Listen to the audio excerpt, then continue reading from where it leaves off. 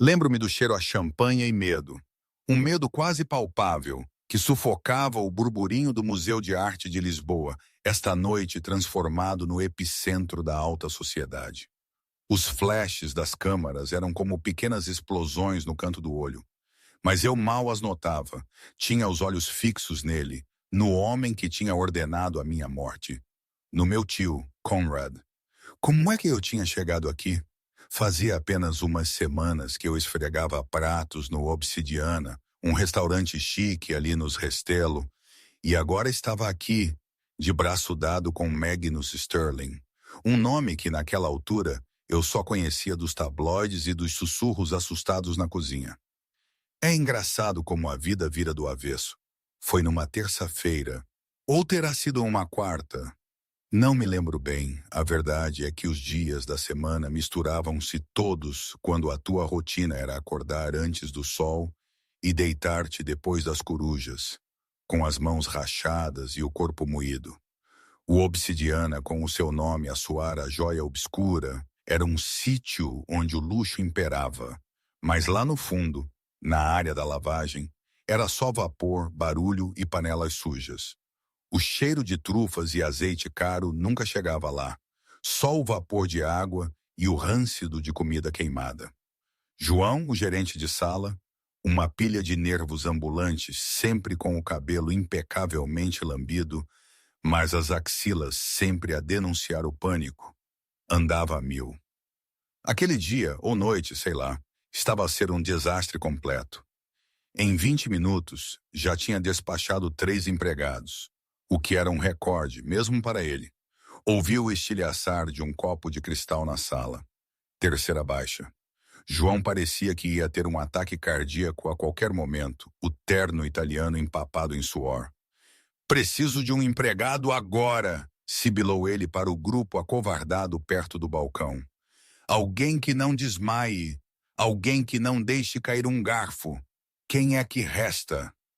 A Sofia, a chefe de sala, que normalmente se pavoneava como uma rainha, toda loira e com sorrisos capazes de sacar 2.000 notas de gorjetas, só a piscar o olho aos tubarões de Cascais, estava escondida atrás da máquina de café, pálida como um fantasma.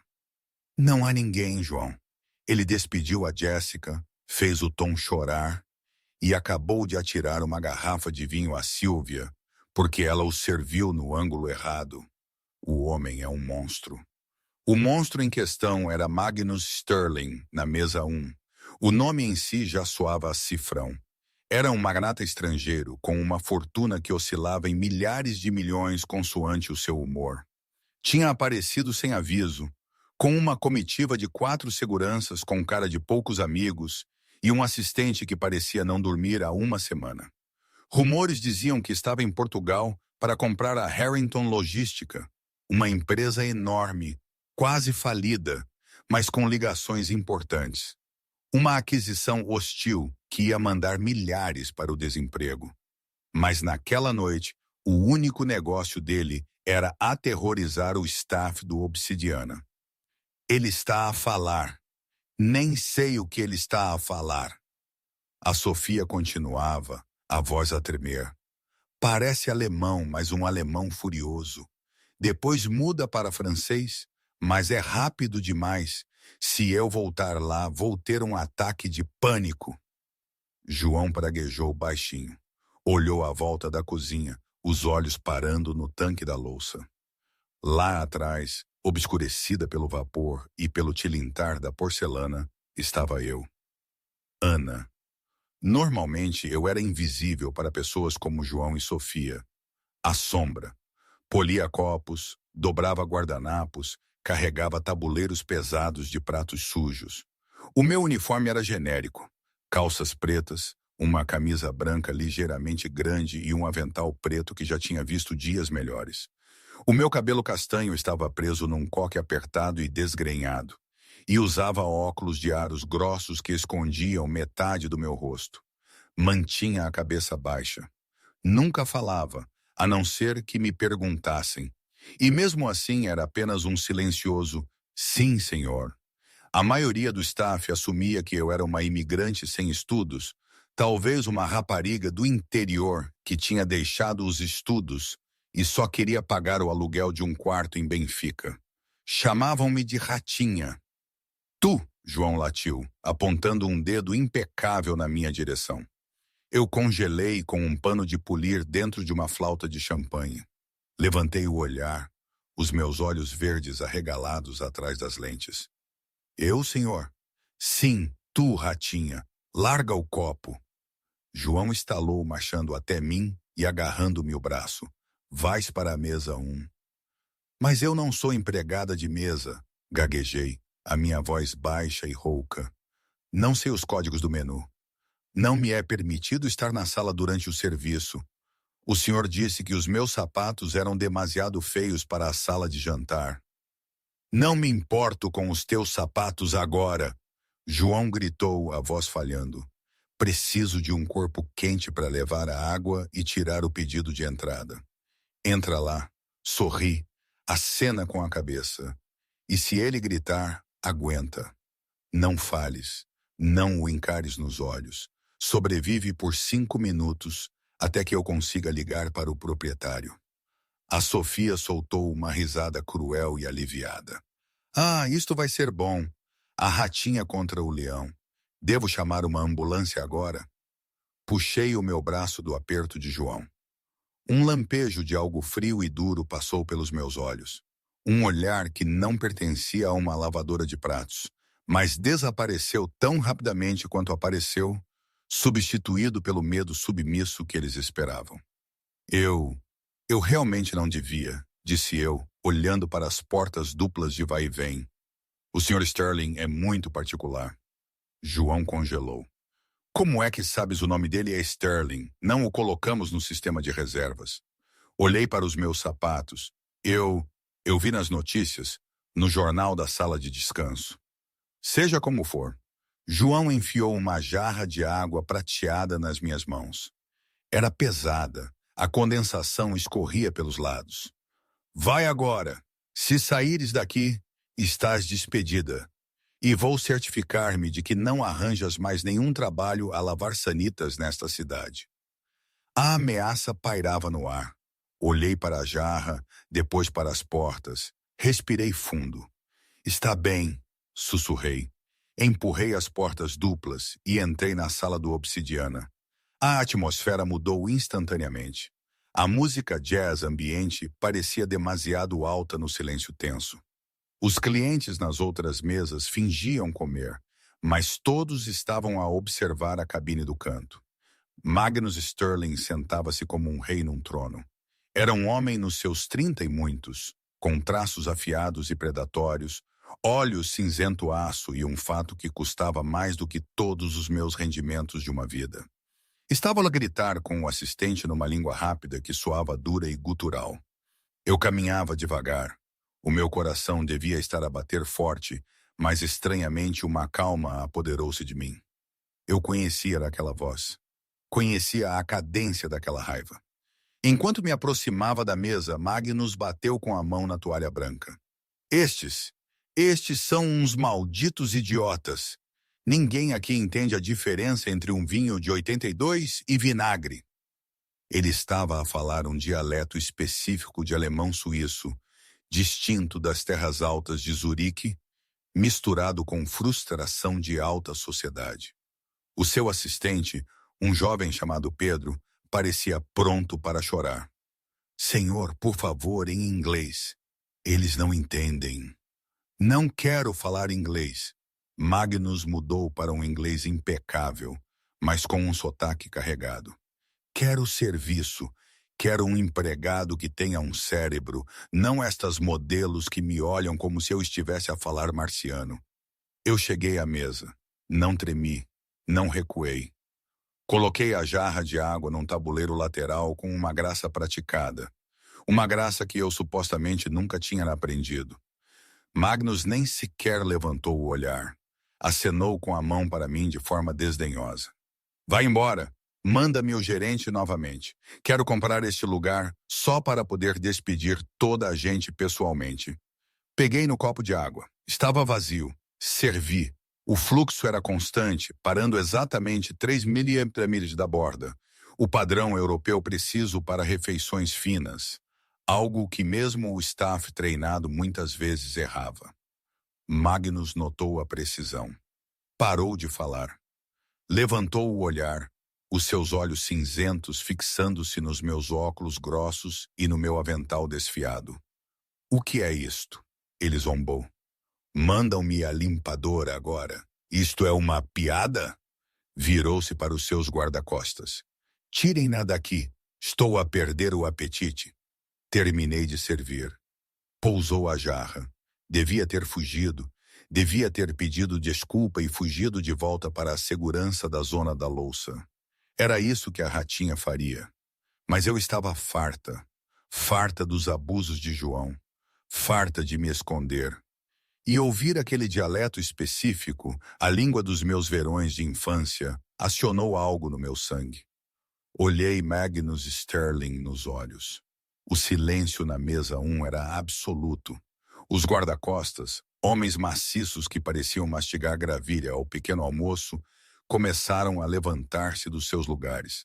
João, a observar da porta da cozinha, cobria os olhos. Oh, meu Deus, ela vai ser morta! Eu vou ser processado! Magnus olhou para a empregada de mesa. Esperava medo, esperava lágrimas. Em vez disso, viu uma estranha desafio por trás daqueles óculos de plástico barato. Ouviste-me? Rosnou Magnus. Eu disse sai. Juntei as mãos atrás das costas. A minha postura mudou. A curvatura da lavadora de pratos exausta desapareceu. A minha coluna endireitou-se. O meu queixo ergueu-se. Quando falei, a minha voz não era o sussurro rouco que usava na cozinha. Era clara, melódica e imponente, e não falei em inglês. O Chata Petros, de 1982, precisa de pelo menos 1 hora para respirar, Sr. Sterling. Se o servir de imediato, de fato terá o sabor a vinagre. Isso não é culpa do empregado, mas sim da sua impaciência. O som do dialeto suíço a fluir perfeitamente da minha língua atingiu Magnus como um golpe físico. A sua boca abriu ligeiramente. O garfo na sua mão pairava no ar. Pedro, o assistente, deixou cair o tablet. Magnus piscou os olhos. A raiva esvaiu-se do seu rosto, substituída por pura confusão. Apertou os olhos, estudando-me como se eu fosse um fantasma. We beat. Perdão, ele sussurrou. Eu não recuei. Continuei mudando fluentemente para francês. Mas não era um francês qualquer. Era o francês parisiense aristocrático ensinado nas melhores escolas. Além disso, se procura o Dou Sol, aconselharia a não o fazer esta noite. A remessa atrasou-se em Lisboa. O rodovalho, no entanto, chegou da Figueira da Foz esta manhã. Combinaria significativamente melhor com a acidez do seu humor. Magnus recostou-se na cadeira. Um sorriso lento e incrédulo surgiu no seu rosto. Não era um sorriso agradável. Era o sorriso de um predador a encontrar um novo brinquedo. Quem és tu? Perguntou ele em inglês, a voz baixa. Sou a limpadora, respondi em inglês, mantendo o tom neutro. Como o senhor bem salientou. Peguei na garrafa de vinho vazia o Chatia Petrus de 5.000 euros e inspecionei o rótulo. E o senhor é Magnus Sterling, o homem que tenta uma aquisição hostil da Harrington Logística. Embora se lida com as negociações como lida com o vinho, imagino que os Harringtons não tenham nada com que se preocupar. O restaurante inteiro tinha ficado em silêncio. João, à porta da cozinha, estava a hiperventilar. Já estava a redigir mentalmente a sua carta de demissão. Ninguém falava com Magnus Sterling assim. Ninguém. Magnus olhou para mim por longos e agonizantes 10 segundos. Depois atirou a cabeça para trás e riu. Foi uma risada sonora e genuína que assustou os outros clientes. Senta-te, Magnus ordenou, empurrando a cadeira vazia ao lado dele.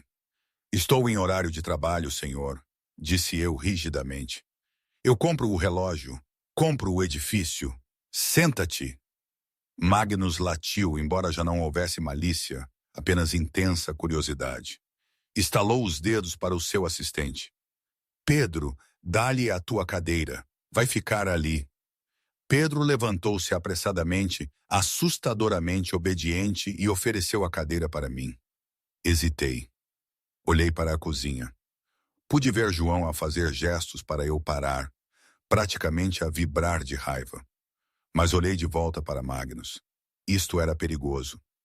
Se ele reconhecesse o meu rosto, se soubesse quem eu realmente era, tudo o que eu tinha construído nos últimos 3 anos seria destruído. Mas também conhecia homens como Magnus. Se eu mostrasse fraqueza agora, ele esmagaria-me. Se eu entrasse no jogo, talvez pudesse sobreviver. Sentei-me. Uma limpadora que fala alemão de Zurique e francês parisiense. Magnus inclinou-se, os cotovelos na mesa. E que conhece a logística da minha entrega de peixe? Qual é o teu nome? Ana, menti. Só Ana. Só Ana, repetiu Magnus, testando o nome. Serviu um copo do vinho, aquele que eu tinha criticado, e empurrou-o para mim. Bebe.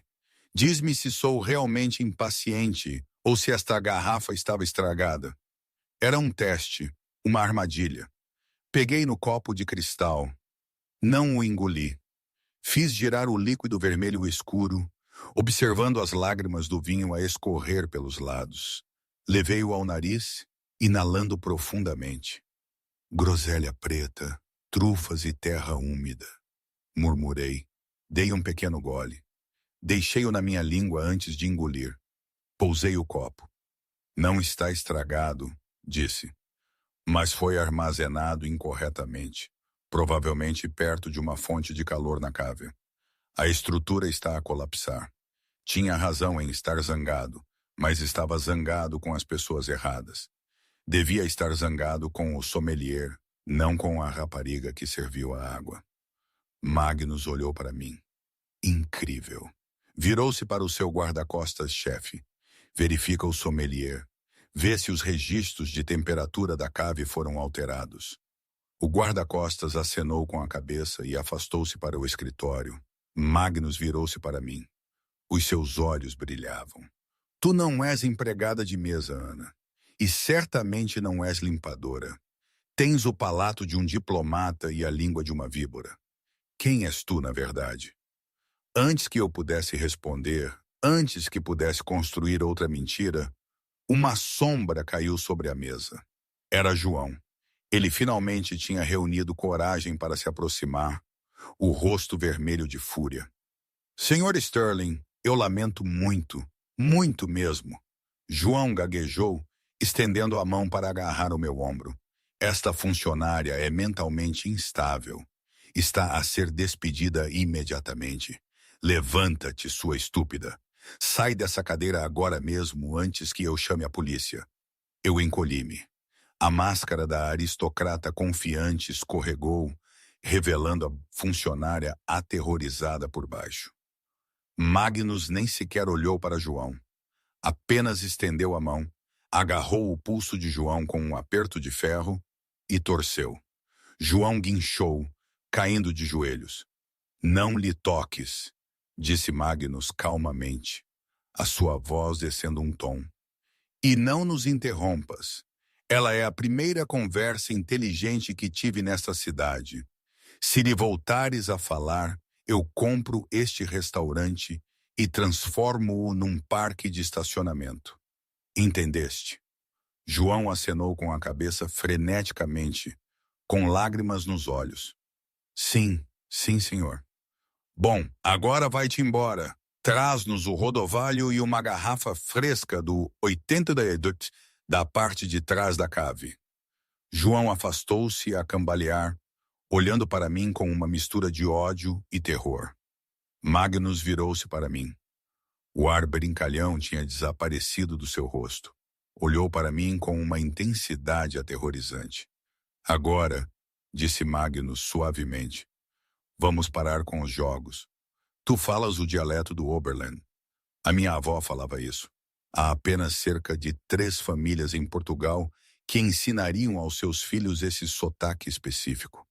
Inclinou-se mais perto, a sua voz baixando a um sussurro. Uma dessas famílias são os Harringtons. A família que estou aqui para destruir. O meu sangue gelou. Diz-me, sussurrou Magnus, por que é que te pareces exatamente com a fotografia de Victoria Harrington, a herdeira que morreu num acidente de barco há 3 anos?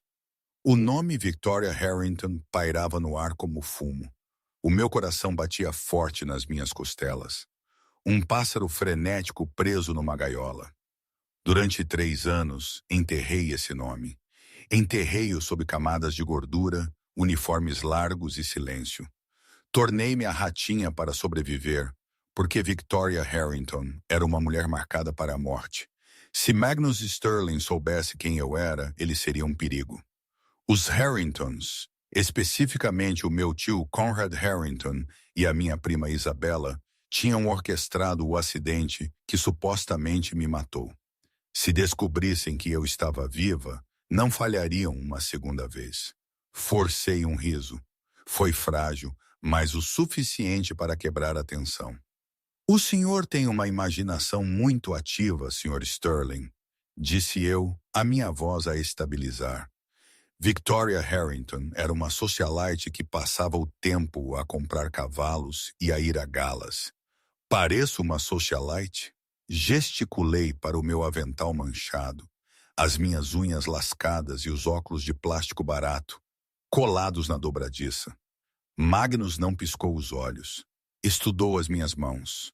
Tens calos, sim, mas seguras os talheres com o mindinho dobrado. Sentas-te com a coluna sem tocar no encosto da cadeira. E reconheceste um dialeto que não é falado comumente em Zurique desde os anos 90. Podes mentir com a boca, Ana, mas a tua educação trai-te. Ele deu um gole no seu vinho, os seus olhos nunca se afastando dos meus. Mas está bem, vamos fingir que és apenas a Ana, a empregada. Vamos testar a tua mente, não a tua história. Estou aborrecido, Ana. O meu acompanhante para o jantar, o CEO da Nexus Corp, cancelou porque tem medo de mim. Então, diverte-me. É óbvio que tens um cérebro. Jogas xadrez? Hesitei. O xadrez tinha sido o meu santuário. Antes do acidente, antes de perder tudo, eu era uma promessa de grande mestre. Era a única coisa que o meu pai tinha amado em mim antes de morrer. Eu sei como as peças se movem, disse eu com cautela. Bom, mas não temos tabuleiro, Magnus sorriu. Então vamos jogar xadrez às cegas, apenas mentalmente, notação algébrica padrão. A menos que isso seja demasiado difícil para uma empregada de mesa. Era um desafio, um insulto direto à minha inteligência. A velha Victoria, a rapariga impetuosa que se recusava a deixar que os homens lhe falassem de cima, acendeu-se no meu peito. Brancas ou pretas? Perguntei, a minha voz arrefecendo em 10 graus. As sobrancelhas de Magnus levantaram-se. Fico com as brancas, E4. Eu não hesitei. C5. A defesa siciliana. Agressiva. Magnus riu. Cavalo F3. D6. O restaurante à nossa volta deixou de existir. O tilintar dos pratos, a música jazz, os olhares aterrorizados de João e dos outros empregados. Tudo se desvaneceu em ruído de fundo. Existia apenas o tabuleiro mental suspenso no ar entre o bilionário e a empregada de mesa. Magnus era bom. Jogava com um estilo de ataque implacável, sacrificando peões para abrir linhas de ataque, espelhando a sua estratégia de negócios. Tentou intimidar-me, forçar-me para um canto. Mas eu era melhor. Joguei a variação Najdorf, um sistema complexo e ambíguo que exigia precisão absoluta. Contrariava a sua agressão com uma defesa fria e calculista, armando armadilhas que eram invisíveis até ser tarde demais. Passaram 10 minutos, depois 20. A comida, o rodovalho que finalmente tinha chegado, esfriava nos pratos. Magnus estava a suar, afrouxou a gravata. Estava a olhar para a toalha de mesa como se as peças estivessem fisicamente ali, a sua testa franzida em profunda concentração. Tinha perdido o rastro da posição 2 vezes, mas eu o corrigira instantaneamente, lembrando-me de cada movimento da sequência de 35 jogadas sem pausar. Rainha para H5, anunciou Magnus triunfante. Cheque. Não tens para onde ir, Ana. Mate em 2. Dei um gole de água. Ajustei os meus óculos. Na verdade, Sr. Sterling, disse eu suavemente, esqueceu-se do meu bispo em B7. Bispo captura H1. A torre cai e a sua rainha está encurralada. Magnus congelou. Reviu o tabuleiro mental na sua cabeça. Os seus olhos arregalaram-se. Cavalo para F4, murmurou ele. G5, eu contestei instantaneamente. Bispo, não, não. Magnus bateu com o punho na mesa, fazendo os talheres saltar. Verdampft, olhou para mim, vendo-me verdadeiramente pela primeira vez. Não era apenas curiosidade, era admiração. Prendeste a minha rainha a 6 jogadas, sussurrou ele. Atraíste-me com o sacrifício do cavalo. És demasiado agressivo, disse eu, finalmente pegando no meu garfo para comer um bocado do peixe frio. Atacas sem proteger as tuas linhas de abastecimento. No xadrez, isso faz-te perder uma rainha. Nos negócios, isso faz-te perder uma fusão. Magnus recostou-se, respirando pesadamente. Parecia um homem que acabara de correr uma maratona. Quem te ensinou? Exigiu. O meu pai, disse eu, um sorriso triste a tocar os meus lábios. Ele dizia-me que os homens gostam de pensar que são reis, mas no tabuleiro, a rainha é a peça mais poderosa. O rei é apenas um fardo a ser protegido. Magnus olhou para mim. O ar entre nós crepitava com uma tensão elétrica que nada tinha a ver com xadrez. Por um momento, a barreira de classe, os milhares de milhões de euros que nos separavam, desapareceram. Éramos apenas 2 inteligências a reconhecerem-se no escuro. Tenho uma proposta para ti, Ana, disse Magnus, a voz baixa e séria. Não estou interessado em ser uma amante, disse eu abruptamente. Não quero uma amante. Posso comprar uma amante em qualquer esquina de Lisboa. Magnus zombou. Preciso de um cérebro. Preciso de uma estrategista. Estou a adquirir a Harrington Logística na próxima semana. O Conselho de Administração está a bloquear-me. Estão a usar regulamentos obscuros e manipulação emocional para me manter fora. Preciso de alguém que entenda o mundo deles, que entenda a língua deles. Inclinou-se. Pagar-te-ei 10.000 euros por noite só para te sentares nas reuniões e traduzires. Não as palavras, as mentiras. 10.000 euros. Isso era mais do que eu ganhava em 6 meses. Podia tirar-me do apartamento infestado de baratas. Podia comprar-me um passaporte falso. Podia comprar-me a liberdade. Mas significaria entrar diretamente na Cova do Leão, na sala de reuniões onde o meu tio Conrad se sentava. Não posso, disse eu, levantando-me abruptamente. O meu coração estava lá acelerado.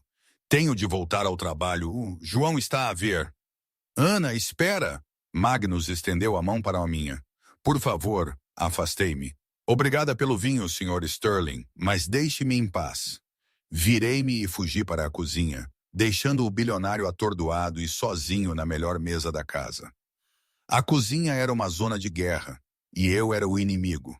Assim que as portas duplas se fecharam atrás de mim, o silêncio da sala de jantar foi substituído pelo ruído caótico da linha de montagem. Mas o barulho parou no momento em que entrei. João estava à espera. Ele estava junto à máquina de lavar louça, o rosto roxo de raiva. Ao lado dele estava Sofia, a sorrir com um prazer malicioso. Tu, João cuspiu a palavra como uma maldição. Tu pensas que és especial? Pensas que, só porque piscaste os olhos a um homem rico e disseste umas parvoíces, és melhor que nós? Eu não pisquei nada, disse eu, a minha adrenalina em cair, deixando-me exausta. Ele fez-me uma pergunta. Eu respondi. Sentaste-te numa mesa. João gritou. Comeste a comida do cliente. Sabes o que isso faz à reputação do Obsidiana? Somos um estabelecimento com estrela Michelin, não um serviço de encontros para lavadoras de pratos. Ele convidou-me, João. O senhor viu-o. Não me interessa. João agarrou-me o braço, as unhas cravadas. Envergonhaste-me. Fizeste-me parecer incompetente. E ninguém faz o João Dantas parecer incompetente. Ele empurrou-me. Eu tropecei para trás, batendo com a anca no balcão de aço inoxidável. Uma pilha de pratos balançou e caiu no chão, partindo-se em 1000 pedaços. Olha o que fizeste! Sofia gritou deliciada. Isso são 200 euros em louça. Sai daqui! João sibilou. Estás despedida. Pega nas tuas coisas e sai. E não esperes o teu último salário. Isso vai cobrir os pratos partidos. O senhor não pode fazer isso, disse eu, a voz a tremer. Trabalhei 60 horas esta semana. Isso é ilegal. Em quem é que eles vão acreditar? João zombou, aproximando-se e pairando sobre mim. Em mim, o gerente, ou na rapariga sem abrigo, sem referências e com um número de segurança social falso? Sim, eu sei que é falso, Ana. Eu verifiquei. Eu gelei. Se ele chamasse a polícia por causa da identificação falsa, tirariam as minhas impressões digitais. E se tirassem as minhas impressões digitais, o sistema identificar-me-ia como Victoria Harrington. Ou pior, o meu tio seria alertado. Não tive escolha. Está bem, sussurrei. Desatei o avental e deixei-o cair no chão, entre a porcelana partida. Estou a ir-me embora. E leva o teu lixo contigo. João chutou a minha mochila na minha direção. Peguei na mochila e corri pela saída de trás, para o beco. Estava a chover torrencialmente, uma chuva fria e miserável que me ensopou até aos ossos em segundos. O beco cheirava a lixo e gordura velha. Encostei-me à parede de tijolo, escorregando até me agachar na lama. Enterrei o rosto nas mãos. Estava despedida. Não tinha dinheiro. A renda vencia em 2 dias e tinha acabado de rejeitar o único homem que me podia ter ajudado. Soltei um soluço, o som perdido no trovão. Estava tão cansada de lutar. Talvez devesse deixar o meu tio encontrar-me. Talvez devesse simplesmente desistir. De repente, a chuva parou de cair em cima de mim. Levantei o olhar. Já não estava molhada, mas a chuva ainda caía em lençóis à minha volta. Um grande guarda-chuva preto era segurado sobre a minha cabeça. Segui o braço que segurava o guarda-chuva até ao rosto do homem que estava acima de mim. Era Pedro, o assistente de Magnus Sterling. O Sr. Sterling detesta ver talento desperdiçado, disse Pedro, a voz suave, e detesta ainda mais ver mulheres a chorar em becos. Eu levantei-me apressadamente, limpando a lama das minhas calças. Eu estou bem. Tu não estás bem. Uma voz grave veio de trás de Pedro. Um elegante Rolls-Royce Phantom preto estava parado à entrada do beco, o motor a ronronar silenciosamente. O vidro traseiro desceu, revelando Magnus Sterling. Ele não me olhava com pena, olhava-me com raiva. Entra, Magnus ordenou. Não posso, eu tremi. Estou molhada, estou suja. Gastei 5.000 euros a lavar aquele carro e gastarei outros 5.000 amanhã. Entra antes que apanhes pneumonia. Não negocio com pessoas doentes. Olhei para a porta dos fundos do restaurante. João provavelmente estava a observar da janela, a rir. Depois olhei para o interior quente e de couro do carro. Abri a porta e deslizei para dentro. O calor atingiu-me instantaneamente. O carro cheirava a perfume caro e couro aquecido. Magnus apertou um botão e a divisória entre nós e o motorista subiu, selando-nos em privacidade. Entregou-me uma toalha grossa de caxemira. Seca-te, disse ele, virando o olhar para a janela para me dar privacidade. Sequei o meu cabelo e o rosto. Tirei os meus óculos, limpando o nevoeiro deles. Sem os óculos e com o cabelo molhado e puxado para trás, A minha estrutura óssea era inegável. Maçãs do rosto altas, queixo afiado, o rosto de uma aristocrata. Magnus virou-se. Parou, os seus olhos a traçar os meus traços. Tu és mesmo ela, murmurou ele. Victoria. Eu encolhi-me. Eu disse-lhe, para. Magnus levantou a mão. Fiz uma verificação de antecedentes a Anna Miller enquanto jogavas xadrez. É uma falsificação muito boa, mas há lacunas. Não há registros fiscais antes de 2022, nenhum diploma do ensino secundário e, no entanto, tu jogas xadrez a nível de grande mestre e falas 4 línguas. Abri uma pasta de couro no colo. Não me interessa quem foste, disse Magnus. Interessa-me quem és agora. Estás falida, estás sem casa ou perto disso, e tens inimigos. Ele tirou um documento, era um contrato. Vou para a guerra, Ana. Os Harringtons não são apenas maus empresários, são criminosos. Conrad Harrington tem branqueado dinheiro através das rotas de transporte de logística há 5 anos. É por isso que ele não me vende. Ele tem medo que eu encontre os livros. O meu fôlego engasgou-se. Eu sabia que Conrad era mau, mas não sabia sobre o branqueamento de capitais. Foi por isso que ele tinha tentado matar-me.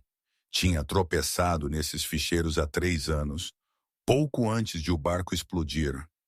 Se eu assumir a empresa, continuou Magnus, a sua voz dura, vou expô-lo, vou esmagá-lo.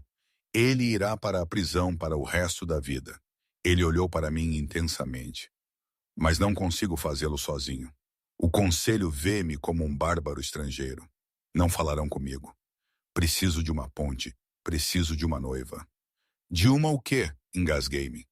Uma falsa noiva, corrigiu Magnus. Alguém com classe, elegância e inteligência que possa encantar os membros do conselho, distrair Conrad e sinalizar ao mundo que Magnus Sterling está a assentar, a americanizar-se. Tu vais acompanhar-me à gala de sábado. Vais participar na reunião do conselho na segunda-feira. Vais desempenhar o papel da mulher que domou a fera. E em troca? Perguntei, a minha voz quase um sussurro. Em troca, disse Magnus, dar-te-ei uma nova identidade, uma verdadeira, com um fundo fiduciário de 5 milhões de euros. Podes ir para qualquer parte do mundo. Podes ser quem quiseres. Estendeu uma caneta. Ajuda-me a destruir os Harringtons, Ana. Ajuda-me a ter a tua vingança, e eu dar-te-ei a tua vida de volta. Olhei para a caneta. Era uma Mont Blanc, pesada e preta. Olhei pela janela. Vi João a sair da porta dos fundos do restaurante, a segurar um saco de lixo. Parecia pequeno e patético do interior do Rolls Royce. Pensei no meu tio Conrad, o homem que tinha cortado a linha dos travões do meu carro, o homem que tinha sabotado o barco, o homem que estava a viver na casa do meu pai, a beber o vinho do meu pai. Peguei na caneta. Tenho condições, disse, a minha voz forte. Magnus sorriu. Era um sorriso lupino, mas havia respeito nele. Não esperaria menos. Diz-me. Primeiro, disse eu, escolho o meu próprio guarda-roupa. Não vou parecer uma boneca.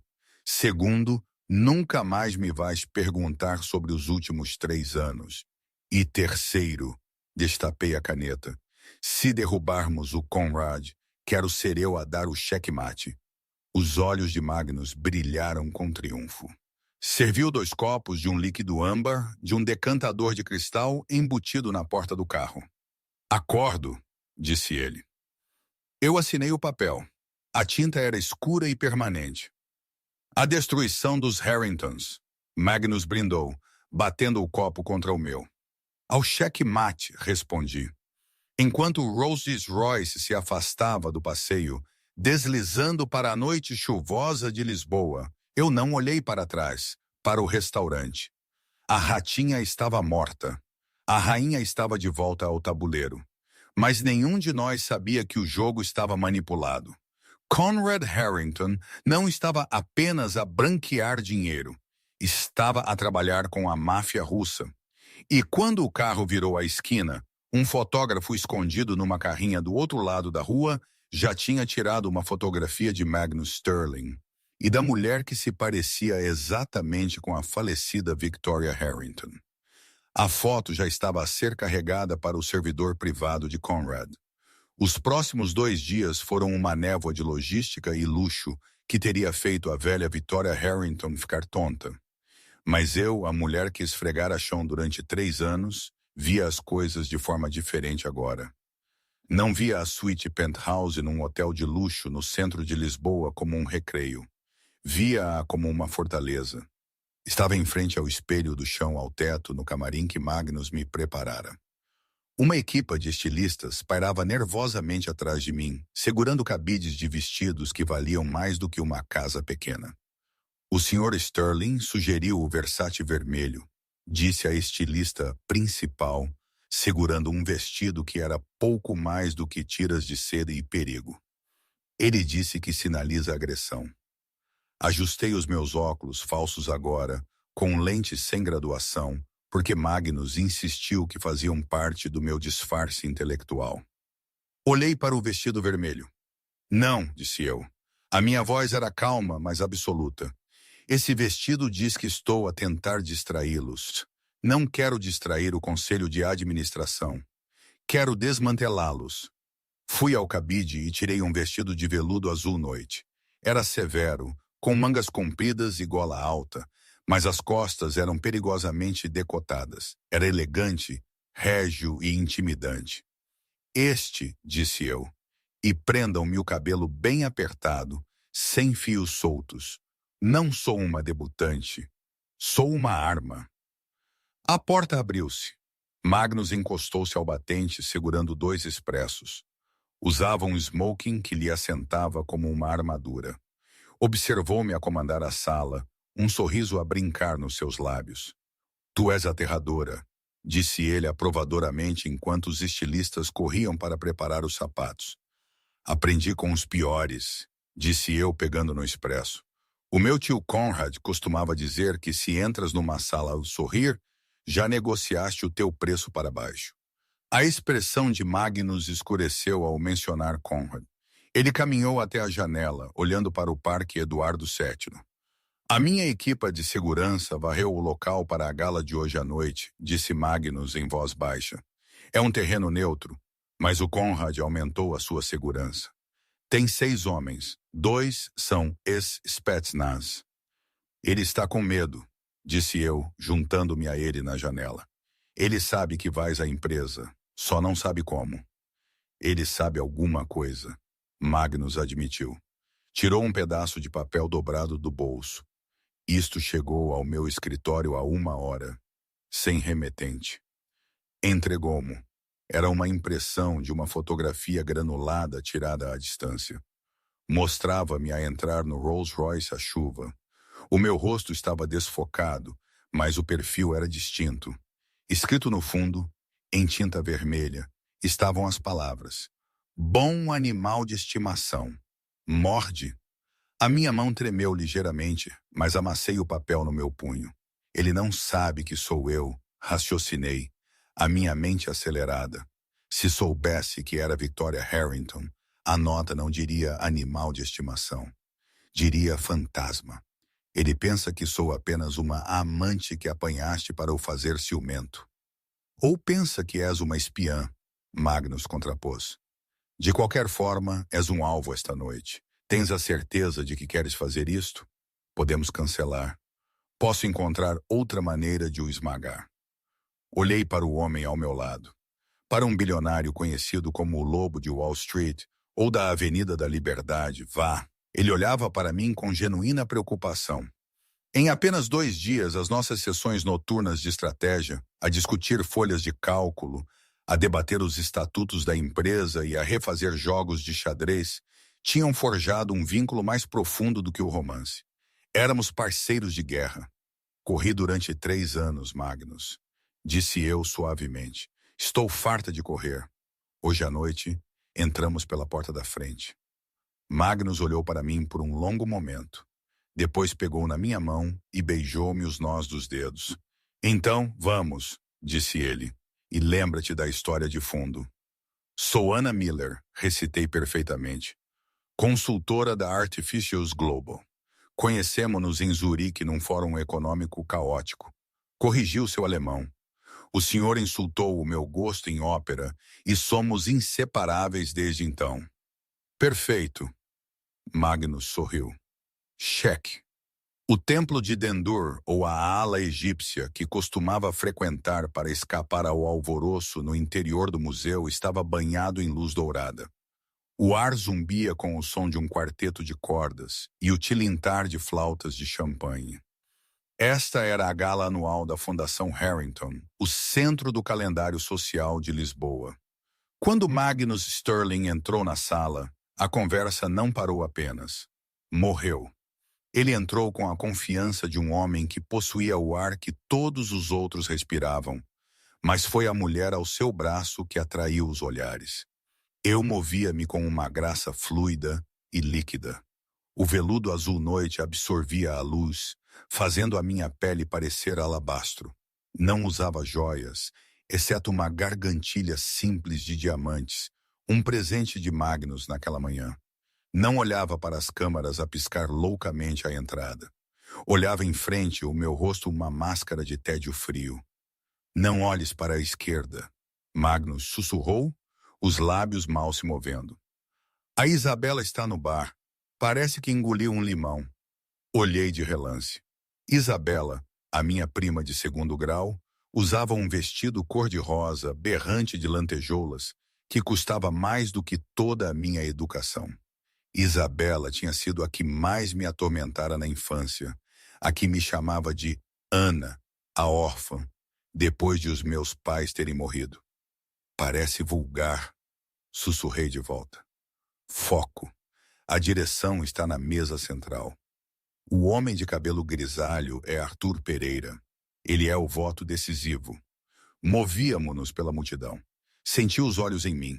Ouvi os sussurros. Quem é ela? É a nova aventura do Sterling. Ela parece familiar. Chegamos à mesa central. Arthur Pereira, um senhor idoso com um ar de ceticismo à moda antiga, levantou o olhar. Senhor Sterling, disse Arthur friamente. Não esperávamos vê-lo. Este é um evento de caridade privado. Sinto-me caridoso, Arthur. Magnus sorriu, puxando uma cadeira para mim.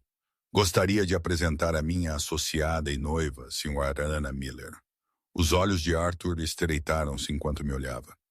Noiva. Não sabia que tinha um coração para dar, Magnus. E Sra. Miller, não me recordo do nome. Prefiro manter um perfil discreto, Sr. Pereira. Disse eu, a minha voz caindo naquele registro aristocrático suave que eu aperfeiçoara. Mas Magnus fala tão bem da sua coleção de mapas navais do século XVII. Senti que tinha de conhecer o homem que superou o Museu Britânico pelo manuscrito de Drake. Arthur congelou. Os seus olhos arregalaram-se. O manuscrito de Drake era o seu orgulho e alegria secretos, um detalhe conhecido apenas por um punhado de colecionadores especializados. O senhor conhece o Drake? Arthur gaguejou. Escrevi a minha tese sobre erros de navegação nas Índias Ocidentais. Menti sem esforço, canalizando fatos que memorizara do dossiê de Magnus. Sempre defendi que a terceira viagem de Drake era uma cobertura para a espionagem. Mas sem ver o manuscrito original, é apenas teoria. Invejo-o. Arthur sorriu. O gelo não se partiu apenas. Estilhaçou-se. Minha querida, tem de vir vê-lo. Finalmente, alguém que entende de cartografia. Magnus, onde a tem escondido? Pelos próximos 20 minutos, trabalhei à mesa como uma cirurgiã. Falei francês com um investidor de Lyon, discutindo as nuances do solo vinícola. Debati a ética da logística de IA com o diretor de tecnologia. Encantei, ouvi e, suavemente, dirigi todas as conversas para uma conclusão. Harrington Logística estava a falhar e Magnus Sterling era o visionário que podia salvá-la. Magnus observava-me a beber o seu copo, mal precisando de falar. Eu estava a vencer a guerra para ele sem disparar um tiro. De repente, a atmosfera mudou. A multidão abriu-se perto do palco. A música parecia ficar discorde. Conrad Harrington aproximou-se. Era um homem imponente, de cabelos prateados e um sorriso que não chegava aos seus olhos de tubarão mortos. Caminhava com uma bengala pesada, não porque precisasse dela, mas porque parecia uma arma. Ladeavam-no dois homens que não pareciam convidados. Fatos volumosos, auriculares, cicatrizes. Os Spetsnaz. Magnus! A voz de Conrad retumbou. Tens a audácia de aparecer aqui. E trouxeste um par. Conrad virou o olhar para mim. Sentiu meu sangue gelar. Este era o homem que tinha ordenado a minha morte. Este era o homem que tinha rido no funeral do meu pai. Forcei-me a encontrar os seus olhos, não piscar, não desviar o olhar. Esta é a Anna Miller, Conrad. Magnus deu um passo à minha frente. Conrad ignorou Magnus. Aproximou-se de mim, invadindo o meu espaço pessoal. Cheirava a charutos e uísque caro. Ele apertou os seus olhos avarreram o meu rosto, à procura do fantasma da sua sobrinha. Ana, repetiu Conrad, tu tens uma estrutura óssea muito específica, minha querida. Alguém já te disse que pareces uma tragédia? Disseram-me que pareço a minha mãe, disse eu, a voz firme. Ela era uma professora numa pequena escola de Abrantes. Abrantes? Conrad riu sombriamente. Que pitoresco! E, no entanto, usas esse vestido como se tivesses nascido nele. E encantaste o Arthur, que odeia toda a gente. Inclinou-se, a sua voz caindo para um sussurro aterrorizante, destinado apenas a mim e a Magnus. A minha equipa de segurança fez reconhecimento facial na lista de convidados. Senhora Miller, o sistema deu um erro consigo. Dizia que és uma anomalia estatística, uma correspondência de 99% para uma rapariga morta. Magnus tensou-se, a sua mão fechando-se num punho. Conrad, afasta-te. Mas isso é impossível, Conrad continuou, os seus olhos brilhando com crueldade. Porque eu vi o corpo. Estava queimado. Claro, os registros dentários eram difíceis, mas eu tinha tanta certeza. Ele bateu com a bengala no chão de mármore. Se és quem eu penso que pode ser, sussurrou Conrad, então és incrivelmente estúpida por teres voltado. Porque os mortos não têm direitos. Os mortos não têm herança. E se uma pessoa morta reaparece subitamente, bem, isso parece fraude, não é? Fingir a própria morte para evitar dívidas, a polícia prender-te-ia antes que pudesses proferir uma única acusação. Era uma armadilha, uma brilhante armadilha legal. Se eu me revelasse como Victoria, ele diria que eu fingira a minha morte para escapar às finanças em ruínas do meu pai, desacreditando-me instantaneamente. Senti as paredes a fechar-se. Ele tinha me dado cheque-mate antes de o jogo começar. Não sei do que está a falar, disse eu, mas a minha voz carecia do seu poder anterior. Bom, Conrad endireitou-se, o seu sorriso público a regressar. Então, vamos fazer um brinde ao futuro da Harrington Logística, que vos asseguro nunca pertencerá a um estrangeiro. Ele estalou os dedos. Um empregado apareceu com um tabuleiro de bebidas. Aos convidados, Conrad levantou um copo. De repente, Isabela apareceu ao lado de Conrad. Estava bêbada, o rosto corado de ciúme enquanto olhava para o meu vestido, depois para Magnus. Oh, para, papai! Apenas pergunta-lhe. Pergunta-lhe se ela toca piano. Conrad parou. O quê? O piano? Isabela apontou para o grande Steinway no palco. A prima Victoria era um prodígio. Ela podia tocar Rachmaninoff de olhos vendados. Se esta ninguém é mesmo ela, faz-a tocar. Se não conseguir tocar, então é apenas uma fraude. Se conseguir tocar, bem, então sabemos. A sala ficou em silêncio. Era um desafio. As minhas mãos começaram a suar. Eu era um prodígio. Era a única coisa que eu não tinha conseguido esconder no orfanato, batendo os dedos nas mesas. Mas se eu tocasse como Victoria, expunha-me. Se recusasse, parecia fraca em frente ao conselho que eu acabara de encantar. Uma atuação. Arthur Pereira aplaudiu. Splendid idea, Sra. Miller. Por favor. Magnus olhou para mim. Vi o pânico nos meus olhos. Ele deu um passo em frente. Ela não é um animal de circo, Isabela. Estamos a ir embora. Não, disse eu. Saí de trás de Magnus. Se eu fosse embora agora, eles perdiam o conselho. Perdíamos a empresa e Conrad ganhava. Eu tinha de tocar, mas tinha de tocar de forma diferente. Tinha de tocar de uma maneira que Vitória nunca teria. Terei muito prazer, disse eu. Subi as escadas para o palco. O holofote atingiu-me. Sentei-me ao piano. As teclas brilhavam como dentes. Victoria Harrington tinha tocado clássica. Mozart, Bach, Rachmaninoff. Preciso, rígido, perfeito. Fechei os olhos. Pensei nos últimos 3 anos, no ruído da cozinha, nos discos de jazz a tocar no beco, no ritmo caótico e improvisado da sobrevivência. Não toquei Rachmaninoff. Toquei um acorde grave e dissonante, um acorde de jazz. Lancei-me numa improvisação escura, esfumaçada e complexa de Thelonious Monk. Era errática, emotiva, irregular e zangada. Era a música das ruas, não do conservatório. Era brilhante, mas não era Victoria Harrington. A multidão estava hipnotizada. Era emoção pura derramada em som. Conrad observava, a sua testa franzida. Victoria odiava jazz. Chamava-lhe de confuso. Terminei com um acorde forte e desafiador que ecoou pelo salão. A sala explodiu em aplausos. Levantei-me, curvando-me ligeiramente. Olhei para Conrad. O seu rosto era uma máscara de confusão. Eu tinha passado no teste. Caminhei de volta para Magnus, que olhava para mim com ardente admiração. Não sabia que tocavas jazz, sussurrou ele. Não tocava, respirei, até ter de o fazer. Conrad parou no nosso caminho novamente. Parecia abalado, mas não tinha terminado. Tu tocas bem, Conrad rosnou. Para uma impostora, mas os jogos acabaram.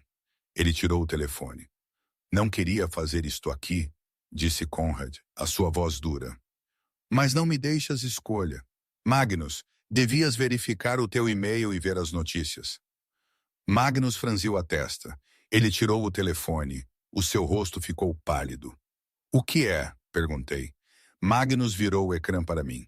Um alerta de última hora do New York Tribune, que, vá lá, era para ser o jornal de notícias ou algo do gênero, mas naquele momento, a cabeça não processava esses detalhes menores. Última hora. Magnus Sterling, acusado de uso de informação privilegiada e desfalque. Provas vazadas de fonte anônima. O Departamento de Justiça acabou de emitir um mandado. Conrad sorriu, um sorriso cruel e triunfante. A polícia está à espera lá fora, Magnus. Não vais comprar a minha empresa. Vais para a prisão. Conrad olhou para mim. E tu, Sra. Miller, és cúmplice. A menos que, ele inclinou-se perto do meu ouvido, a menos que testemunhes contra ele. Se assinares uma declaração a dizer que Magnus arquitetou a fraude, deixo-te ir embora. Dou-te até aqueles 5 milhões de euros que ele prometeu. Conrad afastou-se, verificando o relógio. A polícia estará na sala em 30 segundos. Decide, Ana. Se a heroína que expôs o magnata corrupto ou vai para a cadeia com ele como sua cúmplice. Olhei para Magnus.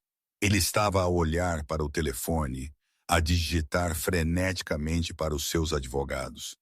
Levantou o olhar para mim, percebendo a armadilha.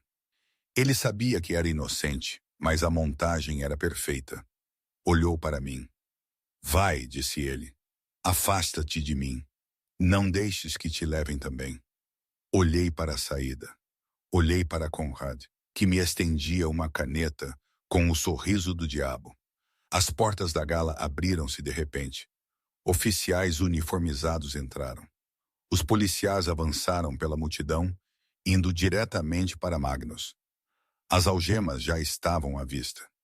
Olhei para a caneta na mão de Conrad. Era a saída fácil. Era a segurança. Eram 5 milhões de euros. Peguei na caneta. O sorriso de Conrad alargou-se. Ele tinha vencido. A ratinha tinha regressado ao seu buraco. Mas eu não assinei o papel. Em vez disso, enfiei a ponta afiada da caneta no suporte do microfone no pódio, criando um grito agudo de feedback que silenciou a sala inteira. Subi ao microfone. Oficial! A minha voz ecoou, amplificada e imponente. Antes de prenderem o Sr. Sterling, deveriam verificar os metadados das provas que vos foram enviadas. Afaste-se do microfone, mulher! O oficial principal latiu. Não, disse eu. Virei-me para o conselho de administração. Tirei os meus óculos e atirei-os ao chão, partindo-os. Tirei os ganchos do cabelo, deixando-o cair pelas minhas costas em ondas. Eu não sou Anna Miller, anunciei, a minha voz a tremer com a adrenalina, mas clara como um sino. O meu nome é Victoria Harrington e sou a acionista maioritária desta empresa. Um sobressalto percorreu a sala. Arthur Pereira deixou cair o copo. O rosto de Conrad passou de satisfeito a branco fantasma. Ela está a mentir, Conrad gritou, avançando. Ela é uma fraude. Prenda-a também. Não estou a mentir, tio. Continuei, fixando os olhos no meu tio. Há 3 anos, alguém cortou os travões do meu carro e sabotou o meu barco para explodir. Eu sobrevivi e escondi-me porque sabia que a polícia estava na folha de pagamentos dele. Apontei um dedo trêmulo para Conrad. Mas eu não me escondi apenas. Eu observei. E hoje à noite, enquanto todos me ouviam tocar jazz, a equipa do Sr. Sterling estava a decifrar os ficheiros que entreguei ao Arthur Pereira. Arthur levantou-se segurando a pen USB que eu lhe tinha passado antes. Ela deu-me isto. Pensei que fosse a digitalização do manuscrito de Drake. É um livro de contabilidade. Um livro de contabilidade de contas offshore nas Ilhas Caimão. Mostra que o desfalque atribuído a Magnus Sterling foi, na verdade, uma transferência autorizada por Conrad Harrington. O oficial de polícia parou. Tocou o seu auricular. Uma voz do outro lado. A unidade de crimes cibernéticos da Polícia Judiciária estava a confirmar os dados em tempo real. Conrad Harrington! O oficial virou-se, tirando as algemas do cinto. Mãos atrás das costas. Não, não pode!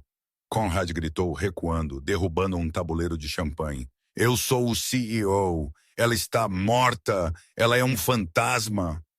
Estou muito viva, tio, disse Victoria friamente, e estou a despedi-lo. Conrad tentou fugir, mas os guardas Spetsnaz que ele tinha contratado afastaram-se, deixando a polícia derrubá-lo. Enquanto o arrastavam, gritando maldições, a sala irrompeu em caos. Eu estava no palco, respirando pesadamente. Senti uma mão na minha cintura. Magnus estava lá. Ele não olhava para a polícia, olhava para mim. Arriscaste tudo, sussurrou Magnus. Poderias ter ficado com o dinheiro. Eu disse-te, sorri, as lágrimas finalmente a escorrer pelos meus olhos. A rainha é a peça mais poderosa do tabuleiro. Ela protege o seu rei. Magnus beijou-me ali mesmo, em frente às câmaras, a piscar e ao conselho de administração atordoado. Não era um espetáculo para a imprensa. Era o selo de uma nova parceria. No dia seguinte, as manchetes não me chamavam de a Ratinha. Chamavam-me de a Leoa da Bolsa de Lisboa. Assumi o meu lugar de direito como CEO, com Magnus ao meu lado como um novo presidente. Reconstruímos a empresa, não com medo, mas com a inteligência que partilhávamos. E o restaurante Obsidiana, Magnus comprou. Despediu João pessoalmente e transformou o edifício num abrigo para pessoas em situação de sem-abrigo e numa escola de culinária para mulheres que, como a Ana, só precisavam de uma segunda oportunidade para mostrar ao mundo quem realmente eram. E hoje? Não sei. Às vezes penso que foi o melhor que me podia ter acontecido. Às vezes penso que cometi um erro. Provavelmente ambos. Assim é a vida, não é? Nada é claro. Nada é perfeito, mas é a minha vida. E por mais caótica, estranha e imprevisível que tenha sido, não a trocava por nada. Terão sido os 5 milhões de euros uma saída mais sensata? Talvez, mas a verdade é que ver o rosto do meu tio a desmoronar-se. Bem, há algumas coisas que o dinheiro não compra. E a justiça, às vezes, é uma delas.